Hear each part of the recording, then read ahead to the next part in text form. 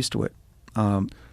There's a thing that people are doing now where they're trying to quit cigarettes, where it's like a wooden. I saw it advertised on Bridget Fettisy's show on Dumpster Fire. It's like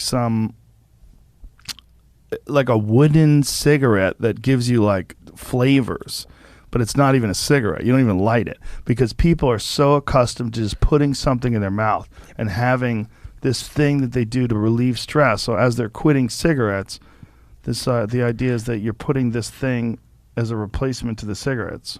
There's a lot to that.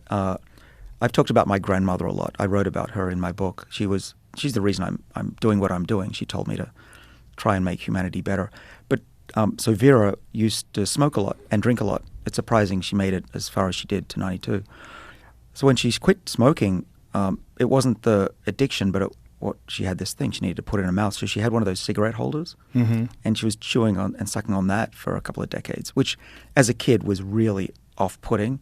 But now I understand why she needed to. Andrew Dice Clay, the comedian. Yeah. He quit smoking for a while. I think he went back to it. But when he quit smoking, he would just bring a cigarette everywhere, and he would just hold on to it. And he put it in his mouth, too, and he'd never light it. He put it behind his ear. He would just hang on to it, and he just didn't light it.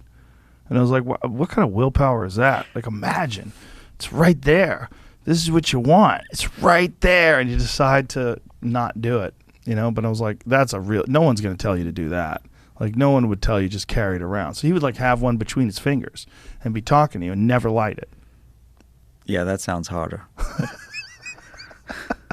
But it's a strange thing that people develop these patterns where they feel like they must eat. Right? They must put something in their mouth. They must smoke. They must hold on to something.